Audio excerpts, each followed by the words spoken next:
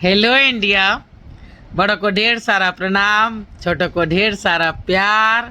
और मेरे सारे सब्सक्राइबर कैसे हैं आप सबको ढेर सारा Ram Ram. Welcome back to my YouTube channel Simi की डायरी ऑफिशियल में आप लोग का ढेर सारा स्वागत है। गणपति बप्पा मोरिया। दोस्तों, प्यारी भूतनी का 18 भाग में रख चुकी हूँ, 19वां भाग में आप लोग का स्वागत कर रही हूँ। तो चलिए दोस्तों, प्यारी भूतनी के 19वें एपिसोड में मैं आप लोग का तहे दिल से स्वागत करती हूँ। दोस्तों, अब आगे का एपिसोड मैं रखने जा रही हूँ। अब तक आप लोगों ने देखा कि राखी के दिन झुमरू दोनों बहन को समुंदर घुमा लाता है। रमा और झुमरू दोनों आपस में बातचीत अभी कर ही रहे थे, खुल ही रहे थे कि मीता तब तक जो है सो आके टोक देती है। तो दोनों की बातचीत बीच में अधूरी ही रह जाती है। लेकिन झुमरू को ऐसा हिंट्स मिल जाता है कि शायद रमा मुझसे प्यार करने लगी है और डॉली शायद ठीक ही कर रही है। तो फिर भी जो है सो झुमरू अभी शादी करने के पक्ष में नहीं है। वो डॉली को बोलता है कि मैं अभी शादी नहीं करूंगा, अभी बहुत काम है, तो इसलिए अभी शादी करने के मूड में नहीं है। तो अब चलिए, अब अगला भाग मैं यहाँ से स्टार्ट करती हूँ। देखते ही देखते 6 महीने बीत चुके थे। घर की काया ही बिल्कुल पलट चुकी थी। तीनों कमाने लगे थे। झुमरू की तनख्वाह और दुकान की कमाई और लोगों की मदद के बदले में जो पैसे मिलते थे, सब मिला करके 20,000 रुपये हो जाते थे। रमा भी 10-12 हज़ार रुपया सिलाई कढ़ाई करके कमा लेती थी। मीता भी 5,000 रुपया प्ले स्कूल से कमा लेती थी। झुमरू रोज उसे पहुंचाने और लाने जाता। कॉलोनी की औरतों को पता चल गया था कि मीता की बहन रमा कपड़े सिलती है और फॉल पिको भी करती है। तो सारी औरतें जो है सोसे फॉल पिको करने के लिए, कुछ कपड़े सिलने के लिए और कुछ उधड़े हुए वस्त्र भी दे देती थी। रमा उसे सिल देती थी तो पुनः जो है सो मीता उसे पहुंचा देती थी। थैला कभी झुमरू ले जाता तो कभी मीता साथ में ले जाती। झुमरू ने अपने साथ साथ उन दोनों बहनों का भी बम्बई का आईडी प्रूफ बनवा लिया था। दोनों का पास ही बैंक में खाता भी खुलवा दिया था। दोनों बहनें महीने के अंतिम दिन अपने कमाए सारे पैसे खाते में जाके जमा कर देती थी। झुमरू एक भी ढेला उन दोनों से नहीं लेता। कहता, आप दोनों मेरी जिम्मेदारी हैं, ये घर मुझसे ज़्यादा आपका है। घर में बेड आ गया था। झुमरू ने पुराने टूटे पंखों को कबाड़ी वालों को बेच दिया था और 2 नए पंखे भी ले आया था। डीएसपी साहब ने एक फ्रिज भी दिलवा दिया था किस्तों में। बस इस महीने भैया टीवी ले आना तो मज़ा आ जाएगा। ये रेडियो से अब मन उब गया है। जब देखो तब अब मीता जो है सो यही रट लगाने लगी थी। रमा ही उसे डांट कर चुप कराती। क्या करेगी टीवी का? अब तो बस अगले महीने तेरा दाखिला हो जाएगा, फिर तुझे पढ़ने से फुर्सत ही कहाँ मिलेगी जो तुम टीवी देखोगी। मीता को प्ले स्कूल में बहुत ही मन लग रहा था। मीता बिल्कुल बच्चे के साथ बच्चे बन जाती थी। उसे बच्चों के साथ खेलना कूदना बहुत अच्छा लगता। वो बच्चे को खिलाती, कभी उसे रोने पे चुप कराती, कभी सुसु भी करा देती। उसे राइम्स पढ़ाती, ABCD सिखाती। सभी बच्चे 3 से 4 साल के बीच में ही थे। सभी बच्चे कॉलोनी के थे या अगल बगल के कॉलोनी के ही थे, आसपास के ही थे। सबों का दिल मीता ने जीत लिया था। डीएसपी साहब की पैरवी और मदद से मीता का कॉलेज में दाखिला हो गया था। झुमरू पूरे 1 सप्ताह उसके साथ गया था। सभी बातें अच्छी तरह से उसने मीता को समझा दी थी। सारे बस के नंबर, उसका रंग और उसका नंबर प्लेट सभी उसे रटवा दिए थे। उसे एक अच्छा सा मोबाइल भी खरीद कर दे दिया था। उसे 4 जोड़े नए कपड़े, 2 जोड़े जूते चप्पल, 2 बैग, एक घड़ी, किताब, कॉपियाँ, सारी चीज़ें वो अपने पैसे से ही उसे ला दिया था। रमा ने कितनी बार कहा था कि मेरे पैसे ले लीजिए जो बैंक में हैं, तो झुमरू ने उसे मना कर दिया था कि नहीं, उसे रहने दीजिए। जो अभी आप हर महीने कमाते हैं उसे अब नहीं खर्च करेंगे। पर झुमरू उसकी एक नहीं सुनता। बोलता, नहीं, अब अपने पैसे मीता की शादी के लिए रखिए। घर को चलाना और मीता को पढ़ाना मेरी जिम्मेदारी है। मीता के कमाए गए पैसे जो 35-40 हज़ार रुपया उसके अकाउंट्स में है वो रहने दीजिए। वो आगे का फीस और कॉपी खरीदने में उसके काम आएगा। झुमरू हर पल मीता की चिंता करता रहता। वो तो भूल ही चुका था कि मीता उसकी अपनी बहन नहीं बल्कि मुंहबोली बहन है। झुमरू ने कई बार गांव में अपने बुधना काका को फ़ोन करके अपनी बहनों के बारे में जानने की कोशिश की थी। तो बुधना काका ने बताया था कि वो दोनों भी अपने गांव और अपने सारी संपत्ति और सब कुछ बेच करके बहुत ही दूर चले गए हैं। यहाँ को कोई बुधना काका ने झुमरू को बताया था कि यहाँ गांव में किसी को भी उन दोनों के बारे में कुछ भी खबर नहीं है। बस इतना पता है कि जहाँ भी गई है दोनों बहन अपने परिवार के साथ एक ही साथ गई है और एक ही गांव गई है। झुमरू ने बहुत कोशिश की और भी लोगों से पूछा, पर उसे अपनी दोनों बहनों के बारे में कुछ भी पता नहीं चल पाया। झुमरू मन महसूस करके रह गया। झुमरू और रमा की बातें बहुत कम ही हो पाती थी। रमा घर के काम निपटा कर सिलाई में लग जाती। झुमरू बाहर ही सोता, चाहे दिन हो या रात, चाहे पड़े बरसात। दोनों बहनों को बरसात वाली बात भी पता चल गई थी कि कैसे डॉली जादू करके झुमरू को भीगने नहीं देती है।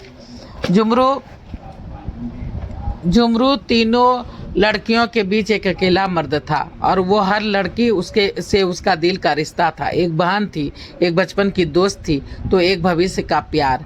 झुमरू अपनी ज़िंदगी में बहुत खुश था। डॉली उसे कह के थक गई थी कि शादी कर लो, पर वो नहीं सुनता।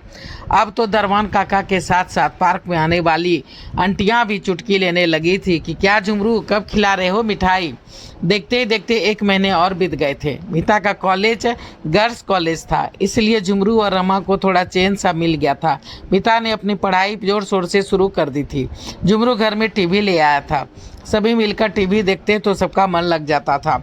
एक दिन रात में डॉली बोल रही है, झुमरू बोलता है, हाँ बोलो, एक बात कहनी है। क्या कहो? तुम्हें आज तक नहीं बताया ना कि मैं दिन में कहाँ गायब। डॉली बोलती है, झुमरू एक बात बतानी है। तो झुमरू बोलता है, हाँ बोलो।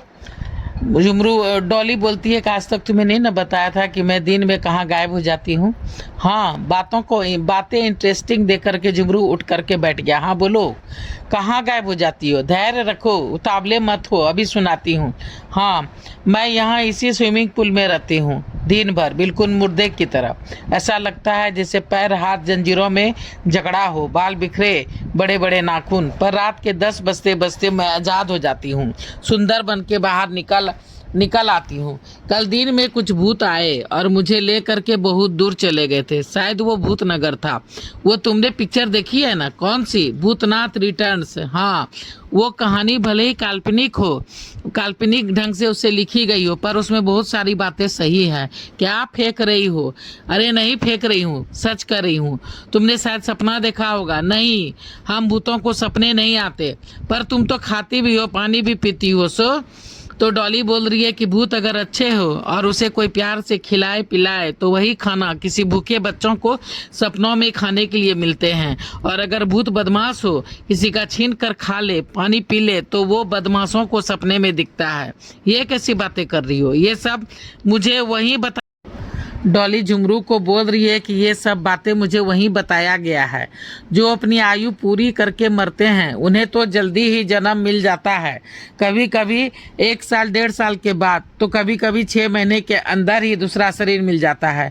पर जो एक्सीडेंट में मरते हैं या जिसको मार दिया जाता है या खुद आत्महत्या कर लेता है, उसे इंतजार करना पड़ता है। एक्सीडेंट वालों को और हत्या वालों को जितनी आयु बची होती है उसके कुछ समय बाद समय के बाद शरीर मिल जाता है। पर जिसने आत्महत्या की हो और साथ में किसी और की भी हत्या की हो, तो उन सारे हत्याओं की जितनी आयु बची थी वो सब जोड़ करके और उस इंसान की बची आयु जो थी उसे जोड़ करके जितना वर्ष होता है उसका दुगुना उस मृत आत्मा यानी भूत को गुजारना पड़ता है। तब उसे थाने ले जाया जाता है, कार्यवाही होती है, केस चलता है। तब भूत के जज साहब फैसला करते हैं कि ये अच्छा कर्म किया या बुरा। उस हिसाब से उसे चित्रगुप्त महाराज से बातें करनी पड़ती है। तब उसे 84 लाख योनियों में से एक योनि में जन्म मिलता है। क्या? हाँ, पर हमने तो सुना है स्वर्ग, नरक, इंद्र भगवान, पाताल, देवता, फिर ये सब क्या है? वो अलग अलग दुनिया है। वहाँ अपनी आयु पूरी करके जो मरते हैं उसके लिए है, पर ये भूतनगर भूतों के लिए है। पता नहीं, मेरी कुछ समझ में नहीं आ रहा है। तुम क्या कहना चाहती हो? यही कि मेरी मुक्ति संभव नहीं है। उन चारों को और मेरा मिला करके अभी मुझे 300 वर्ष यहाँ रहना होगा। झुमरू अकबका गया। क्या बोल रही हो? 300 वर्ष? हाँ, लेकिन एक शर्त है जिससे ये सजा कम हो सकती है। कौन सी? मुझे कम से कम 300 लोगों की मदद करनी है। 1 वर्ष की सजा एक इंसान की मदद करने से कम हो जाएगी। तुमने तो कितनों की मदद की है। हाँ, अभी तक 10 लोगों की ही मदद की है। उस हिसाब से मुझे अभी भी 290 वर्ष यहाँ रहना है। जुमरू बोलता है, बाप रे बाप, इतने वर्ष में तो मैं सोच रहा था कि तुम्हें मुक्ति मिल जाएगी तब शादी करूँगा, पर इस तरह से तो मेरे 10 पुस्त खत्म हो जाएंगे और तुम यहीं के यहीं बैठी रहेगी। ये तो काफ़ी तकलीफ हो रही है मुझे सुन के। हाँ, वहाँ के जज साहब ने ऐसा ही कहा है, जो बुरा भूत होता है उसे जकड़ कर रखा जाता है, पर जो अच्छा करना चाहे तो उसे मुक्त किया जाता है। मुझे भी उन्होंने मुक्त कर दिया है, कुछ पावर भी दिया है। अब मैं कल से कहीं भी इस शहर में आ जा सकती हूँ और लोगों की मदद कर सकती हूँ। जैसे ही 290 लोगों की मदद कर दूंगी, मुझे मुक्ति मिल जाएगी। फिर मैं भूत डॉली झुमरू को बता रही है कि जब मुझे मुक्ति मिल जाएगी फिर मैं भूत नगरी में अपनी आयु पूरा होने तक रहूंगी और उसके बाद फिर मेरे कर्मों के हिसाब से मुझे जन्म मिल जाएगा। फिर पता नहीं मैं किस योनि में जाऊंगी नहीं जाऊंगी। अब देखो भगवान क्या चाहते हैं, हमारा तुम्हारा मिलन कभी हो भी पाएगा या नहीं पता नहीं। प्यार किसी और से और शादी किसी और से। अभी फिलहाल तो यही नसीब नज़र आ रहा है अपना।